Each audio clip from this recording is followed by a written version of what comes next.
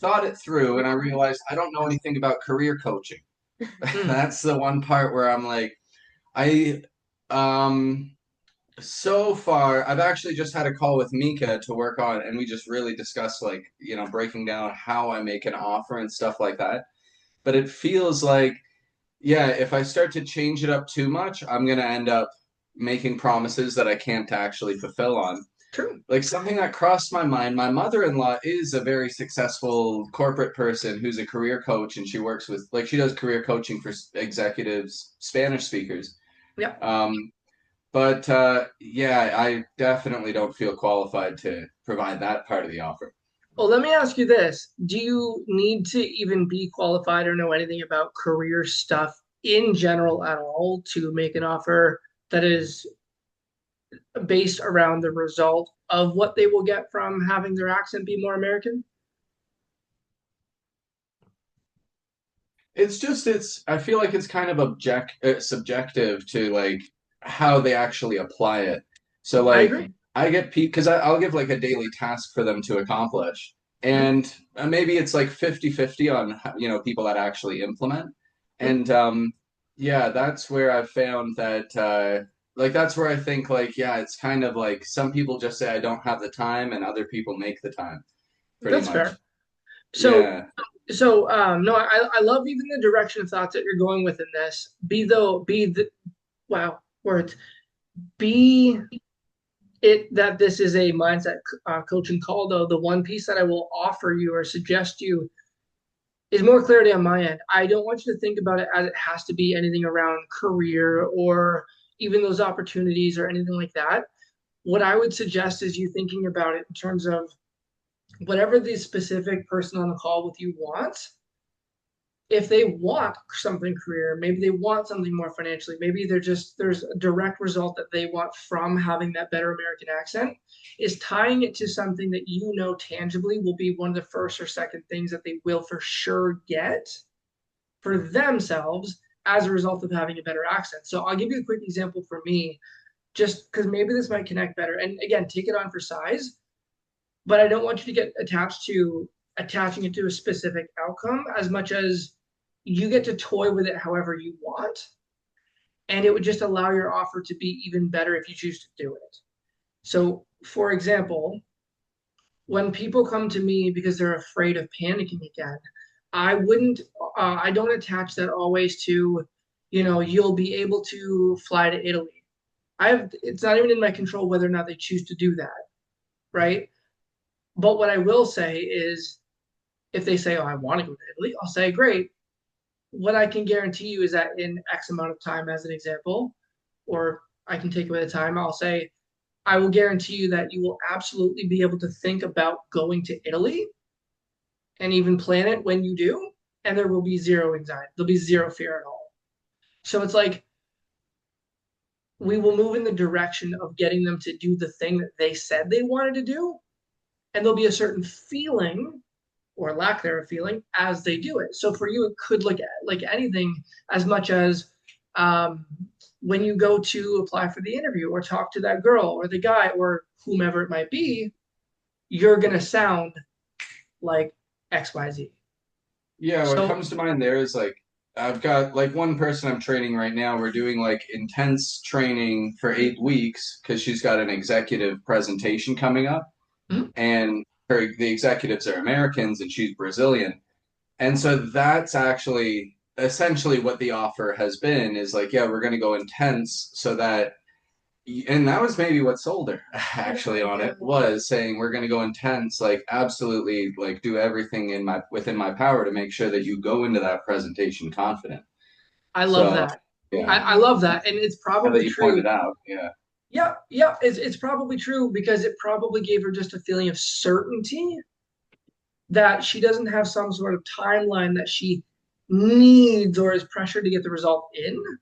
It's just when you will feel X or you will be able to do X in this situation.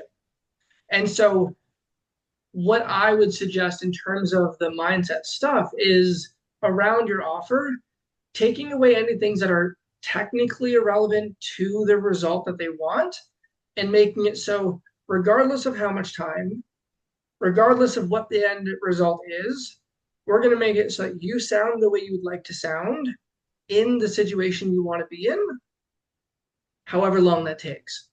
And then I would make it orchestrated so that you're like, you can make sure that within your control, you're not working with this person for the next 55 years, right? Like Yeah. I do. Most of my clients believe that the first result that we're going to get them is going to take 3 months. It takes about 3 minutes because it takes no time to change your state as you're thinking about something, but they think it'll take forever. So I make it work in my eyes or for me, but also really for them. But the price that you can price that at so much higher because they feel some certainty. They feel so much certainty about it. So it doesn't need to be career, just whatever's their Yeah. tangible goal that you can facilitate. I appreciate, and then better yet, if they have a date on it, like this, presentation she has is a specific date, and so it's like I can assess, okay, is that achievable? Yeah, and let's do it. Like if it is, Absolutely. genuinely impossible, yeah. And then another, I guess, mindset hack, if you want to call it this, and for everyone else listening, I wanted to make sure you can think about how it applies to everything we talk about on this call. Is let's say for me, for example, the same thing as you, where they have a flight at a certain time, certain date, it's already booked, and they're losing their effing mind about it. Um, Obviously, we have to get to that point by then. But what I would say is I wouldn't guarantee that they will feel perfectly calm and all that because I don't know if I can get them there in that time. But I will say for certain that let's say, Pat, where are you 0 to 10 of anxiety when you think about the plane? Oh, I'm a 9. Okay, well, you won't feel any more than a 3. How would that feel for you? Oh my God, even if I was a 3, that would be so much better. Perfect. And I can facilitate even that in one session. It just gives them the certainty. So for you, it could still be like, you might not be all the way to your thing, but you will absolutely be at a certain sound or dialect that you're looking for. So all of these things are editable and tailored. But the bigger thing I wanted you to take from the conversation last week and certainly this week as well is think about it, all of you for your offers. Think about it in terms of what is the result that I know I can promise them as long as they do the things I ask them to do. I can guarantee this and take away timeline, take away necessarily modules, take away anything that is not a beeline from where they are to where they want to be. When I took away all those things, I was like, we're just going to work at it hard. Most of my coaching is through um, WhatsApp. I got a woman on a flight today. She hasn't been on in 10 years because I texted her a few things. So it'll just open up the creativity and possibility. But I love where you're going. Obviously, you're doing great. Just a couple tweaks if ever you feel necessary. And I'm excited to see what comes of it for you. Awesome. Thanks a lot, man. I appreciate that. You got it, brother. Um, Davida, put up your hand. Did I say it right? Put up your hand. I'll ask Zach real quick, and then I want to nail what you asked about on here because now we have plenty of time for it. Zach, what's up, dude? What's up, Tyler? Hey, Good to meet you. everyone. Yeah, I got a mindset thing brewing for Mhm. me. I've been coaching for 10 years. I did everything organically, no plan whatsoever, all just referrals. I'd post Wow. a post maybe once a year, but like it was just happening for me and it stopped being satisfying. I wasn't growing anymore. And so I'm going from being the coach who could help anyone with anything down into a niche. Right. And I just feel like a part of me is being squeezed. Like I I'm a little claustrophobic, and I know that's part of the deal, but I'm just curious what folks are hearing, maybe a blind spot for me to check or something to try. So I have a lot of ways to offer you suggestions and advice here. I think what would help me most is to ask you, what is your question around that? So I can make sure that I'm tailoring it to what you really need, because I'll go off on a rant if you don't help. Yeah, that's a great question because I don't know what my question is. Just like, how did you all do it? How do you maintain in your niche if you're, because I'm sure everyone here could do a lot more than Yes. just the thing. And so, yeah, how did you all make peace with that? Or Tyler, if you could speak to your experience. Sure. So what it sounds like you're looking for is because your heart or like what you're really wanting to do and enjoying is I help everybody with everything. Raise your hand if everyone here on this call and on the replay, hi, is aware of the fact that what I am doing here is not what you read on my profile. Raise your hand if you're aware of that, right? So long term, I'll answer in reverse order of importance. Long term, once you've built something from a small, tight niche that probably, part of my language, will drive you fucking crazy at first, like mine does, you will start to build some opportunity where you can do something like this. For example, even for me, there's a woman in this community who actually did end up hiring me. I'll let her explain it in her own privacy if ever she chooses to. But there's a woman in Morgan's community who decided to hire me to nail down her niche and her offer and all those pieces. But that's not my niche that I'm actually marketing. So to your question, in terms of the tacticality of like how do you actually do it, we can get into that in a second, but that's the easy part. You're right about the mindset thing. We all tend to have a lot of beliefs about what will happen if we decide to go from everybody and all the things down to this. Some of mine before I started were a lot of the juice of why I got into this in the first place is going to go away. That was the biggest one. The creativity and the passion and the art of all of it. The second thing was I'm going to be excluding everybody and their mother who I could also help, who I have to turn away, even though I know I can help you too. There's just not, another belief was there's just not going to be enough people in said specific niche. There was a lot of things that came up. Can any of you, including Zach, resonate with any of those beliefs? Okay, I want to make sure that I'm speaking unconsciously to the right audience, and I am, because I see all your heads like doing one of these things. So I had all those too, and there's a couple things that I flipped to. I'll tell you straight up, one of the first things was when I started working with Morgan 3 or 4 years ago, there was a question that either came from her or someone else, and they asked me this. They looked me in the camera, because it was still over Zoom, and they're like, Tyler, I understand how you feel, and I'm curious. Do you want to be broke, or do you want to impact people and actually have clients? And I was like, well, fuck, like, I know what you mean. Which one? Well, I want to have clients. I was like, okay, go on Instagram and type life coach. Go on Instagram and type what you really want to do. And there was everybody and their mother, and it was kind of obvious that there wasn't much happening on their profiles. And they asked me, they're like, what is it that you find is the most fun to do? Like, if gun to your head, Tyler, Zach, Pat, Ishan, Rohan, Davida, your name is driving me crazy. Davida? Like living the vida loca. Davida.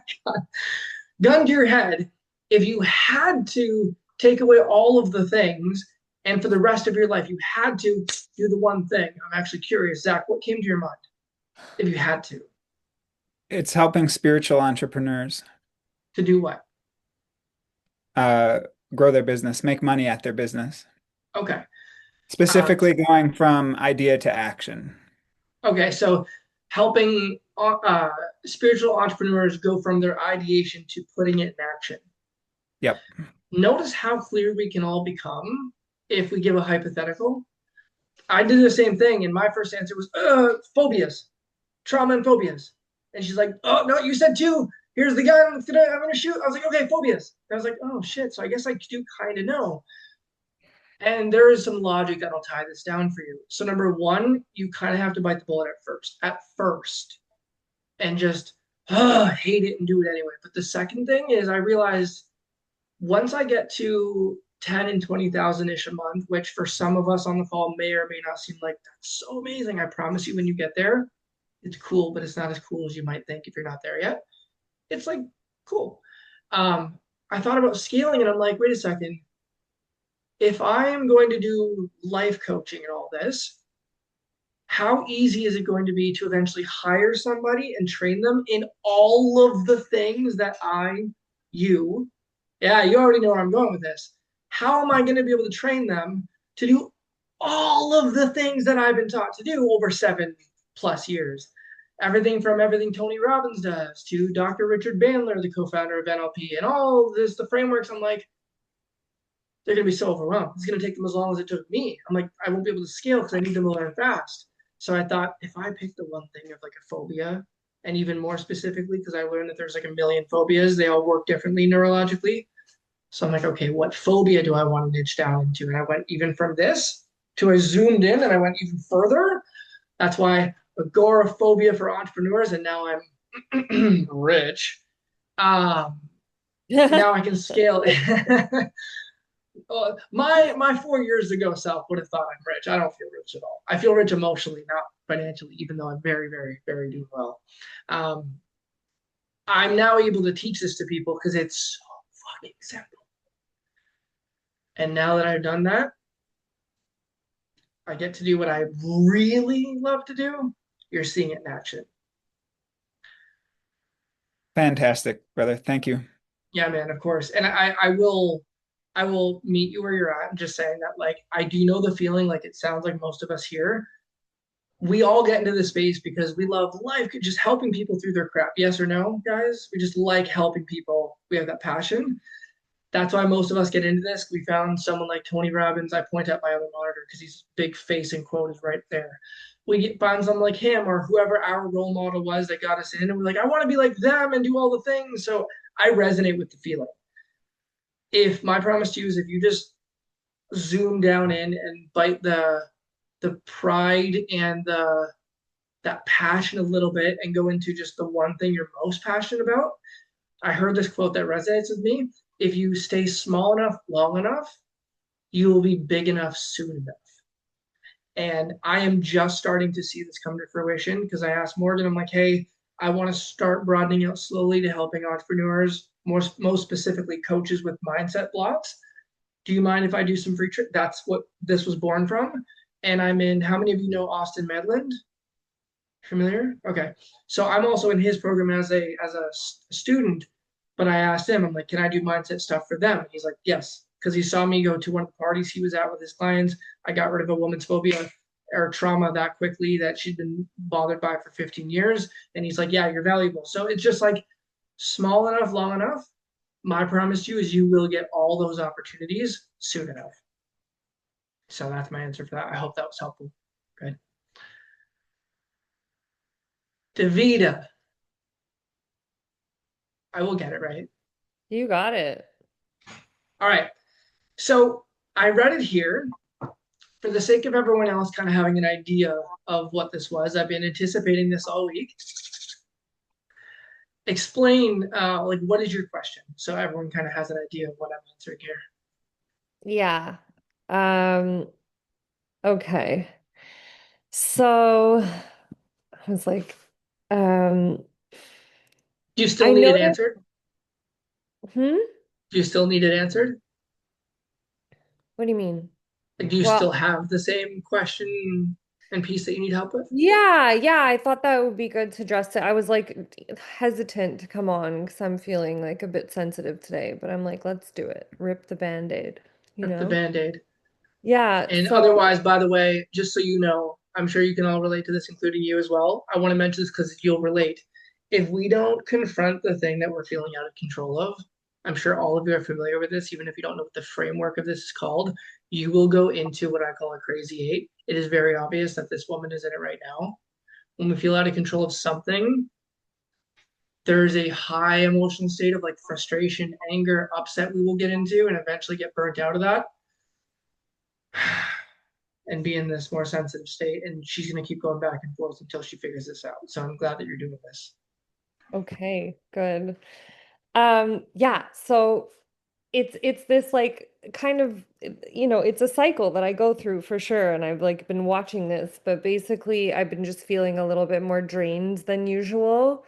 Mm, Um, and have this instinct to like protect my energy. yep. And that is impacting how I feel like I can show up in the business. There was a few things like, feeling pressure to close business. And then I let a few clients through the cracks that weren't perfectly aligned. One in particular who was a really big energy drain, and I've never had this happen to this degree, but I actually had to fire uh, Client. a client, Yeah. which is really hard because I take everyone's health really seriously and my work really seriously, but it like had gotten to the point that working with her was actually bleeding into like my time marketing myself or my time that would have been allotted to resting or working on other stuff or being with other clients. So it was really like I kind of am recovering a little bit from that experience. And I also noticed that maybe I'm guarding myself because the way that I'm showing up, uh, I'm not like fully in it, you know? Okay. What Um, does that mean you're not fully in it? like I feel like I'm kind of blocking moving forward in my business because there's a fear that it's going to take away from me more than it's going to give to me. Yeah. Like I don't have the capacity or like it's going to take away from me. So I noticed like relief when some sales calls canceled. I've been noticing feeling more frustration. I was talking about that a little bit yesterday on the call. Like, and it also is a volume thing of like how many chats I'm having. Yep. But this is work that I really love and um I want it to scale, but also I'm like, if I have to do more of this, it doesn't feel sustainable. So Yeah. there's a push-pull Yeah. dynamic, you know, where I'm like, I want to attack it full on because I'm committed to hitting the milestones of like what needs to get done every day, but also part of me would like to go and hide, you know? Yeah. It's like, how can I do it when all I feel is resistance and drain? Yeah. Yeah. So, how many of you as coaches here have heard the saying mind over matter? How many of you here have heard the saying fuck your feelings, do it anyway? How many of you have ever followed that advice or thought that you should follow that advice? Okay, don't ever do that again in your entire life. Humans are emotional creatures. There's a lot of big business gurus that like I have been so happy to call out respectfully in like public eyes, where everyone's looking up to them, and little old me, who in that audience is not, I don't have the authority, but I'm like, I'll address it in front of an audience and say, I think I said this last week, and I'm going to say it until I'm blue in the face till I die. Why do we have sex? Is it emotion or is it logic? Why do humans start wars? Emotion or logic? Emotion. Right? Why do we eat a certain kind of food over the other kind of food? Emotion. And even if that emotion is, oh, it's going to taste really good, or, oh, I feel the emotion to have the kind of health I want, either way, it's not logic, it's emotion. So if we do things only out of emotional reasons and then we justify them logically, trying to mind over matter it or fuck your feel, like it just doesn't work. Now, is there sometimes where we have to like push our feelings aside and get it done? Yes. But if you really dig into what that's doing, we're actually changing our emotional state and then doing the thing. There's no human possible way to fuck your feet and do it. Like it's not going to happen. So there's push motivation, which will absolutely wear you out. You're seeing it right here in front of you. So she gets like, oh, drained. Or there's pull motivation where you feel so compelled to do something. You could be exhausted. You could be in your birthday suit. You could be sick. You could be all the things that keep you busy. You could be doing any of those things and you'll still show up to do it because it it fires you up to even think about going to do this thing. So you'd mentioned here, I was reading your thing at the end Hmm. of what you were saying there. You want to feel deeply committed and available without your nervous system equating like responsibility or that depletion or threat. Um, and to make the process of gaining new clients as well as serving those clients you feel joyful, inspired towards. So you want to basically feel really good when you think about doing business, whether serving or acquiring new ones and not all this drain. True? Hmm. Who's your ideal client? Who's the ideal one that way, like when you think about them or help them, you're like, oh, I want to talk to you all day. What's that one? Women who either work for themselves or are really interested in personal development type work, like have a high degree of agency, and yeah, are just spiritually tapped in. Okay, you and Zach, I like it. You guys have the same sort of direction. I like that. Can you think of one specific man or woman who fits that mold that you've worked with before? Yeah, What's their name? Sharon. How do you feel when you show up for Shannon? It's like effortless, like it just flows. Did anyone see her state change? Did you notice the difference? You can see it on her face right now. Did you notice your own like feeling kind of shift when you started thinking about her? I feel it now that you pointed it out. Yeah, yeah, you do. And let's say hypothetically, you had, I don't know your business model, so I don't know how many you can handle, but let's pretend you could handle 100. You had 100, is it Shannon or Sharon? Sharon. Sharon, okay. Let's say you had 100 Sharon, and you knew that only Sharon was coming through the pipeline onto sales calls, and it's currently all you had to serve. How do you feel about business right now? Look at her face. Look at her face. Does she even need to tell you? How do you feel towards business when you think about it this way? She fucking can't even stop smiling. Fantastic. Yeah. In this state, in this energy, do you feel like showing up for your business and all the pieces of it way easier, or is there still resistance? I mean, it's still work. Like it's still, like when you talked about kind of how can I simplify to get the people the results faster, that's definitely something that's noodling around in there. But I'm asking you a different question, though, respectfully. When Yeah. you think about having 100 Sharons that you're serving right now, and only Sharons on this, when you look at your Google Calendar or whatever, you see there's Mhm. only a bunch of Sharons, and you know for certain that it's Sharons across the board. How do you feel right now when you think about business that way? Like I know that those sessions I'll end the session with more energy than I began it with. Right. So So it's a good feeling. yes. And from this place, it's easier to show up and there's not any tactical resistance to like try to figure out, right? Now, you Yeah. mentioned, if I'm not mistaken, I think you mentioned last week that there is like a money block or something. Okay. Yeah.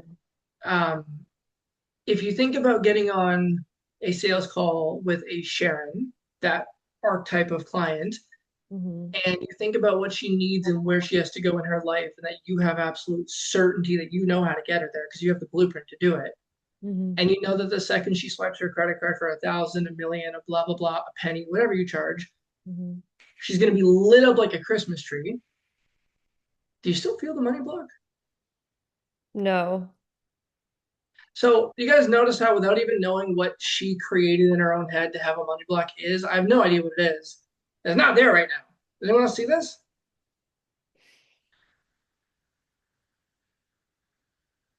Okay, cool. Zach, did you see that? Maybe you did. Okay. I ask not to be like playing showmanship. I'm asking because I want you to see that like we all have these patterns too. When we focus on something in a certain way, or we think about it in a certain way, and we believe that's the problem to solve, we're going to start trying to do things externally, like do something different with the clients or the sales calls, or we think we are the problem, or the problem's permanent, or it's my business. It's not. It's a simple pattern. She clearly has, correct me if I'm wrong, please walk all over me, but it seems very clear to me that the pattern is you have this feeling where you need either the money and or just to build this so badly that you either accept people in through the sales calls because you don't have the volume of them. That's the ideal. So you let them in and go, fuck, I hope I can help them and I hope this goes okay. Um, or you just don't have enough people to serve. Right? There's something of that nature going on. Yeah, it's like Tell me what the money okay, block was. it's like the amazing clients that I've worked with are outliers. Like it's not typical to find people like that. Like that's the belief. you know? Thank you. Thank you for saying that last piece. Because it's not true, but you believe it's true. How do you Yeah. feel when you believe it's true that those are the outliers that are not common? Then I feel scared that I'm not going to find those type of people. So when other people come in and I know that I can help them with their health issues, but they're giving me red flags on, you know, because it's like mostly personality fit that it Yeah. doesn't work, you know? So when you Then I accept believe those people, and that's from scarcity. It's because I should be saying no to those people because it will be not good for either of us. true, and when you believe that they're like far and few in between these really ideal people, the Sharons that you want, I want you to notice that just like the rest of us, me included, if we believe in the situation that that perfect ideal Sharon for us is not out there or they're far and few in between, we're not even going to think to change our strategy a little bit to get all the Sharons in because we just don't believe there's even enough of them. Do you guys see what I mean by this? She just made a giant connection right there. Everyone wants to know the how to do anything, to scale their business, to do with their relationship, whatever. We all want to know how do I do it? How do I do it? If we are told how, but we don't believe, like if I tell her right now, here's exactly Davida. You got it. Davida? Thank Live you. the feet I need of to put Davida. It's the V part. Okay. If I told Davida right now the perfect strategy to go get her so many Sharons she can't even handle it, she might feel good and like hypothetical, but until she believes that they're even out there to pour in and even overwhelm her, she won't do the very thing because she doesn't believe it's going to happen. So, Davida, is it true that there's not a lot of Sharons out there and that they're far and few in between, or is it possible we're off on our marketing strategy or a million other things that they're just not? Yeah, your smile tells me what I need to know. Yeah, I don't even need that many clients, you know? Yeah. So, how Like many people roughly are there in the world? I don't know, a lot of people. 10 billion. There you go. 10 now? I thought it was eight. I thought so too, but I heard a guy say just this morning 10, but I haven't People checked who it. are people who are having a lot of sex out there. Holy crap. Okay. 10 billion minus 5 billion for kids, minus 2.5 for the opposite gender of who you help, potentially minus another billion for an age group, minus a billion because they're idiots. You're at 2 billion people. Could you handle 2 billion people? Definitely not. Yes. Do you think how many clients do you need of this nature to have a like a thriving at your level of thriving business, whatever that means to you? 20. 20. It's tough. Probably not 20 out there, eh? You guys seeing a very different state right now, like energetic state on her right now than she was when she first came on this call? Yeah. Are you feeling very different right now? Yeah, I feel lighter. Good. And with that said, when you feel like there's only going to be those people coming to the pipeline and you charge what you're worth, do you and what they want to, by the way, what they want to pay, do you feel a money block? No, it feels very easy. Huh. This is how you're going to start thinking about it. So the next question is, well, this isn't a reality. It's just how I feel. How do I make it reality? The technical stuff, Morgan, I, whomever can help you with. But very simply, it's if we're not getting the right people in and they feel far and few in between, obviously something is working with what you're doing because some people are coming in and they're getting on the calls, but not as much as we'd like. So we need to figure out, I would go ask Sharon all of the questions where you can figure out what are her pains, what exactly does she want, and then what does she want to come from the thing she wants, like all of that, and be hyper Zach level of hyper specific in your ad or two, but have it hyper specific, and the only people who will come through are her. And then suddenly you wake up and you have calendar full of Sharon's And all, yeah, yeah, this is a very different emotion associated with business. Now, how easy does business feel? It feels fantastic. There you go. I have Enjoy. the example of that. Thank you, Tyler. You're welcome. It's my pleasure. Zach, I want to, and Pat, I'm coming to you in 2 seconds. I just want to mention this, Zach. This right here, what I'm doing, like say with Davita, and truthfully, all of you up until this point, but what I just did there with Davita is ultra specifically, this is what I thrive for. I asked her nothing about her business. I asked her nothing about really much of her beliefs. I gave her a bunch of hypotheticals. She lit up like a Christmas tree. And then I gave her the very simple strategy on how to make that an actual thing, not just a belief. She can implement that in a second and have the best business of her life. And I'm not even a business coach. So to answer yours further, Zach, it's like I built mine. By the way, this kind of questioning and all those things, changing her state, same thing I do, but just for a specific targeted person. It's the exact same process. They go out there, change their life. I raise my prices enough to not need to have all these people taking all my time. So in the middle of a, what is it today? Thursday? In the middle of a Thursday, I can take an hour to do what I really love, which is this, more than my client stuff. And I'm doing it for free. And I'm more lit up than the, I don't know, $21,000 I made in the last couple of weeks. Like this was more exciting than even money. So thank you for the opportunity, first of all. And secondly, this is more of the answer to you, Zach. It's like you will have that opportunity. It's just that there's so many coaches nowadays that we can't be the I help you with everything. And I hate that we can't, but you will get there for sure. Stick with it. All right. You're welcome to both of you. Zach, Pat, what's up?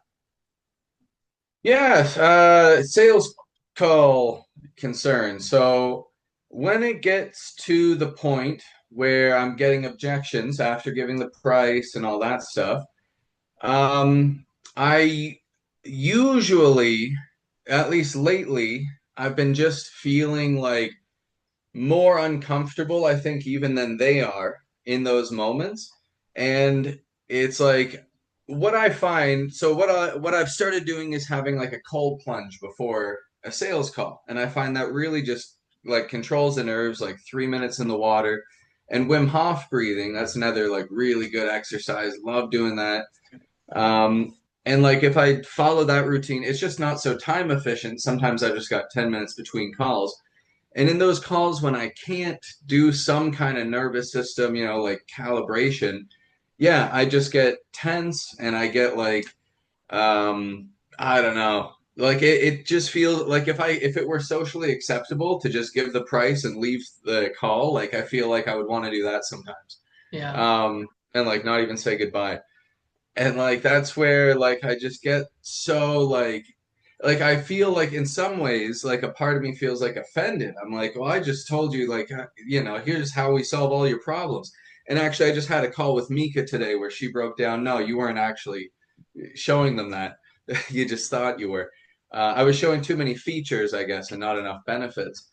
But the point is, yeah, I was like, I'd like to know if you have any recommendations, because I do feel it's just a nervous kind of system thing. When I have those cold plunges, especially, or go for a run or something before the call to kind of decompress, I'm able to ask more uncomfortable questions. I'm able to dig deeper, even go an hour and a half, like keep on going and trying to work it out with them. Yeah. And sometimes that has worked. So I'm curious, what would you recommend I do to have better, better control over my nerves? I love this. I love this. Are you ready? Yes. When you get to the point where you have back to back to back to back to back to back to back to back to back sales calls all day, will you have time to do any of that before the call? Not likely, not much of it, No, no. no, not really, right? So I say that to give the hypothetical of where you're going to go and grow into. And just the unfortunate part about what you're doing is that it's obtainable way of meeting your needs for calming down, but it's not a sustainable way just based on the nature of growth of business. Um, I used to have my own things like that too, but the bigger thing is what is your belief that makes you feel like when you say the price, what's the belief about what it means to say the price or about your price? What's going to happen? Yeah, I believe that that immediately they're going to tell me some fake reason for why they can't pay it. And I believe, like I've believe people are going to do what they've done in the past, which has been like, just say, "Oh yeah, I just need to find my credit card. I don't have it on me right now," or "Oh, somebody just came in. I got to go talk with them. I'll get back to you in an hour," and then I send them a payment link and never hear from them again. So And that's what Pat, I usually believe will happen. Yeah. that makes sense. So Pat, I'm just curious if you fully believe that by talking to me on this call, you'd be handed the you'd feel guaranteed that you had 110% certainty that you're going to absolutely in X timeline get the job girl, blah blah blah, through having your accent be where you want it to be. If you knew that for certain, would that feel scary, or would you be like, dude, take my credit card right now? I'm just curious. If you knew for certain you were going to get it, how would you feel right now? Hmm. Yeah, no, definitely. It'd make the investment. Yeah. Worth Like it, it. right? Yeah, worth it. So something that is, and Mika might have helped you with this, but what's happening is you develop the, and I want everyone else to hear this too, because it might be true for you. It was for me for a long time. When you've had the experience over and over again, where when you say the price, there's all this like, oh, or we begin to believe that there's something to do with us or the price or something of that nature. Davita's doing this. Um, and so our belief is that it's about us or the price of the service, but it's only because they believe that what we've explained is not worth what we're charging. And so this was a big bite to my ego too. This is the only reason I can have the pleasure of even helping with your offer or the explanation of it is because of that. If they hear it in a way where they link up the belief somewhere along the sales call, with working with this man, I'm absolutely certain, or at least as certain as I can possibly be, and I know that I'm going to get the thing, the dream outcome. There's not even a question about it, and or I'm going to get a refund or whatever the risk mitigation is. If I believe that, how much is it? Like, what is it? Give me the price. And as a result of that, with no objections, they're excited to do that. You're not going to have any belief that anything bad happens when you say your price. You're going to be excited to because you know it leads to sale every time. Hmm. So it starts with something that is going on in the discovery process where it could be something small, by the way, where something was off and they didn't connect in their own mind that working with him and paying whatever it is equals the certainty of the thing I want. And so potentially what Mika explained could be something a little bit different as well, but it's in the explanation somewhere. We just need to link it up in their mind a bit better. What she explained was, yeah, pretty much, we're going to do this because it will lead to that. We're going to do this because it will lead to that. Like, don't just say we're going to do X, Y, Z. And she pointed out I was kind of started coaching them during the presentation, which I wasn't really perceiving as coaching, but she was right, I was. Do And that was taking them out of an emotional mindset kind of thing right. instead Do of being any of excited for you, that makes sense. Do any of you, including you, Pat, I don't mean to cut you off. I'm just saying for the sake of time, and I want to give you something else in that. Do any of you, including you, Pat, give metaphors or analogies in the pitch? I don't. I don't do that now. Okay. I want you to all write this down if you're up for it. Metaphors, analogies, and hypotheticals are the strongest thing. You guys notice that all I gave Davida was hypotheticals, hypothetical question after hypothetical question after hypothetical question, and her state went from like this about business to like this. She just did it again because she remembers it. Clearly, we've made the association. Hypotheticals. Now, I say this because a hypothetical talks to their unconscious mind. They link it up. So I'm going to give you this example. Um, you're all on a sales call with me. Doesn't even matter what I really sell in the logistics and all the stuff. But think about it this way: you're all experiencing anxiety, and that's what you're coming to me for. Just think about this. So, Pat, what we're going to do is imagine taking that anxiety And imagine if it was a CD on a CD player, and you take it off, and you take a pen or a needle, and you just scratch that CD of anxiety back and forth, back and forth, back and forth, back and forth, scratch, scratch, scratch, scratch, scratch, scratch, scratch. Will that CD ever play the same way again? No, it won't. No. So now we can throw it away. And what if we put another CD on called Feeling Normal? Is it going to play now? I guess, yeah, it would. A new And one. now you have that CD in your head when you're getting on the flight, when you're da da da da da da. Now they've linked it together because they have some way of representing it. They have like, oh, there's something that we're going to do that gets, like, I'm unable to do this anymore. And I won't even need to consciously think. The CD is already playing. I don't even need to think about it. That's already what I'm feeling on the plane.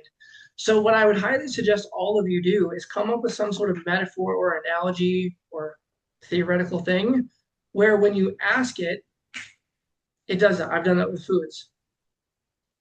So another one I'll give is many of you on this call specifically might not have known that the brain only learns fast. This is why traditionally therapy doesn't work. It only makes connections fast. You either have made the connection or you've not made the connection yet. There's no such thing as like, are my fingers together yet, guys? Yes or no? No. I saw Davida say yes. Did you say yes? I was typing and not listening. Oh, okay. I didn't So my hear. fingers are not together, correct? No. Are they together now? No. Are they together now? Still no. Now? Yes. Yes. No. Hmm. Yes. We've either made the connection or we've not made the connection. So I like to give this analogy because everyone thinks that when I say, "Oh, we'll do it in a couple sessions," right? It's 100% like a light switch. Like, did you notice your light switches as we were talking, Davida? Right? I've just had that experience multiple times in my life where I understood something, and then from that very moment on, like the habit was gone or things changed like forever. Like Our I've, entire yes, yeah, I've had that experience. our entire life changes in a moment. There's no. I'm going to bring it back to you, Pat, but I want you to go through this emotional loop with us. There's no change we've ever made in our life that's been sustainable. Like there's no change we've ever made ever in the history of ever where it didn't happen in a moment. But we think it took 10 years to quit smoking. We think it took 10 years to get healthier. We think it took 10 years to divorce our husband or get married. No, it took us that long to get to the moment where it happened because it's either connected or it's not in our brain. So I like to use this example. Everyone for me thinks that they need a long time to get healed. And the second that I say 1 or 2 sessions, you'll be good to go, they're like, and they stop believing me. So I'll say, imagine this. Imagine your whole life you were not afraid of the water, but then one day you fall into the water and you come this close to drowning. And in that one moment, you become deathly afraid of water because of that emotional experience. If it took you one moment to learn to be afraid of water, how long do you think it should take to unlearn being afraid of water? How many of you just had that connection made, right? It's a not a hypothetical. That's an analogy. I gave her, Davida, nothing more than hypotheticals. Metaphors, hypotheticals, analogies will do more than explaining. If I explain to my clients that, yeah, I'm just going to give you a bunch of analogies and a bunch of hypothetical questions and you're going to get your life back, they'd be like, fuck off. If I told them that what they're going to do is go like this and go like that, you're going to get your life back, they'd be like, fuck off. I just give analogies that, like, oh, that makes sense. So I would suggest tying a couple of those in. Nobody even asks me ever, like, well, how do we do it? Because they're like, this is what I've been looking for. I haven't told them a damn thing. Something to think about. No, So totally. I would even potentially ask ChatGPT, what are 20 different analogies or metaphors that would be relatable to X ideal client? And even just pull like, I like that one and start using that and see if you even need to go into logistics. I'd bet that you don't. Hmm. Analogies and metaphors to make those connections. I like. I'm gonna work with that. Yeah. Cool, cool. Ishan, what's up, dude? How's it going, man? Um, I feel like I have some mental blocks with actually growing in general with with my business. I With had what in general, a like I sorry? st with actually growing my business, and I feel like I don't know if it's self-sabotaging or not, but I feel like maybe it's a niching down problem. But I feel like I'm in a position where I start gaining momentum and then I just fall off. And I don't know if why that is. I don't know if it's like a lack of confidence with or lack of clarity with my niche. Because when I first started getting clients last year when I launched my business, it was a kind of like a I don't know if it was a I could call it lucky, but I happened to do coach an influencer kind of in the fitness space because we met in person and then I coached him and then he posted me up on his socials and I got a crop of clients from that. And the sales for all those clients was like stupid easy. Like they just hopped on the call. I said my price and they were just like, yeah, okay. And there was like with this first crop of clients, there was like zero resistance.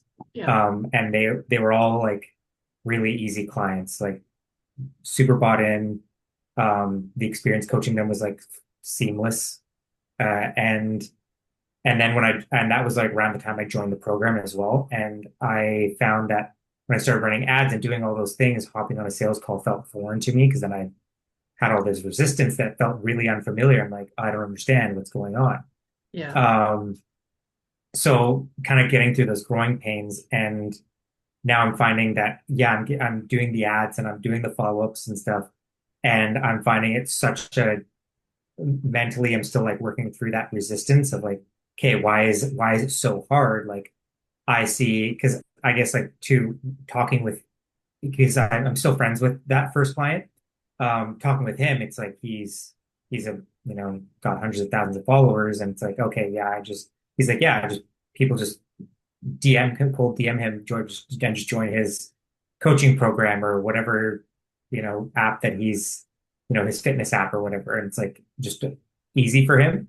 So it's like and it's something that obviously I aspire to, and I know you've talked about like trying to be looking up to these people in your space like Tony Robbins Yeah. or whatever, and it's like, and I guess like I'm finding I don't know if it's like a self-sabotage type of thing for myself, um, getting to a point where I feel comfortable again on sales calls, or maybe I will never feel comfortable. Maybe that's like a false belief as well. And I'm just trying to, I guess, Well, yeah, let me ask you this. Same thing as I asked Navita.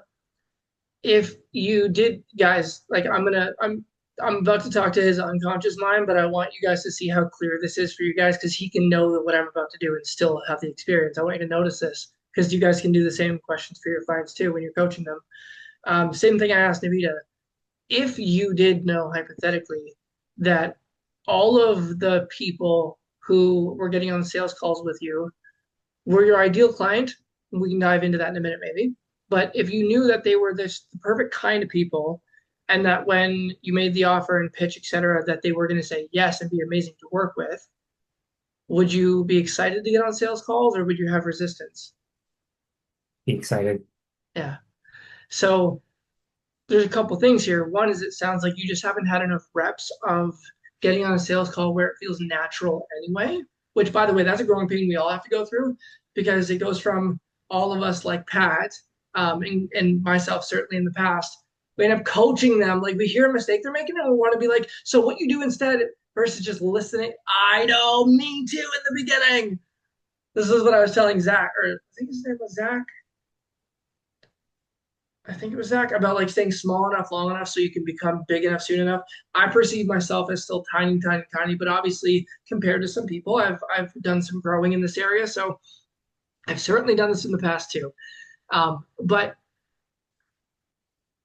the reps is one thing. Getting in the reps to where the sales conversation there's a structure but feels natural for you is step one.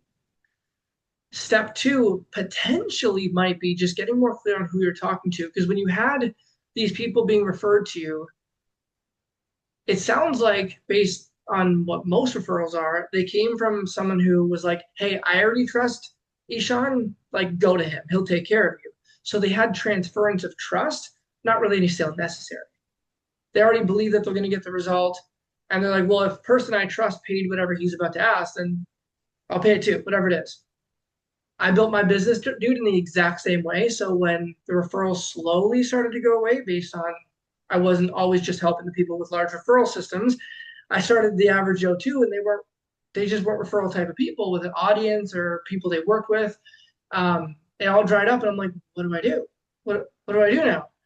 So going from $10,000 a week to like 500 a month was like jumping into new territory. Do you know who your ideal client is? Ideal meaning like if it was 100% possible to have 100 of them just like Davida, do you know who that archetype would be? Yeah. Yeah. Describe them to me. So they are a business owner, usually in the health or fitness space. And they are someone who's very hardworking, data oriented. I'm just basing this on on that first crop of clients that I was like, oh, I'm super engaged with, and they were engaged with me. And yeah, that was the archetype. It's like, So, sorry, describe them again for a second. I know I heard one part of it. Say the rest again. they're a business owner, usually in the health or fitness space, like a gym owner or doctor, kind of like that kind of archetype. And they are super data oriented, or they're super health conscious, but just don't know how to put the pieces together. And by put the pieces together, do you mean they want to build and or scale their business, like build it up? Or No, just what to a degree, but more just optimize their health for like improving their health, their physique. Okay, so you're helping the person who is a doctor and or in the health space, like owning a gym, some business owner type of thing like that in the health space, who wants Yeah, to optimize their own health. yeah, correct. What would optimizing their health look like in their eyes? Uh, so improving their micronutrient intake, improving their training program because they might be training too much, or they've been programming for themselves How and would they don't know know? how, and they're kind of stuck. They're stuck at a plateau. Would be probably Okay, the that I think biggest. that was about to answer my question. How would they Yeah. know when they need the coaching that you do? What would they be experiencing that makes them go, shit, I need to reach out to someone like you? They constantly feel exhausted, brain fog. They've noticed that they're not progressing any further in their physique. They're not losing fat and not gaining muscle Okay. So do you or have strength. ads that are targeting that hyper specific person? Uh, I feel like I am right now. Yeah, yeah, Okay. When you get on yeah. sales calls, do you feel like that's the person you're talking to? Do they match the Uh, mold? Sometimes, but sometimes not. Sometimes I Okay. feel like yeah, um, that I So just have some, sorry, no, there's just a slight delay. I'm not trying to cut you off either.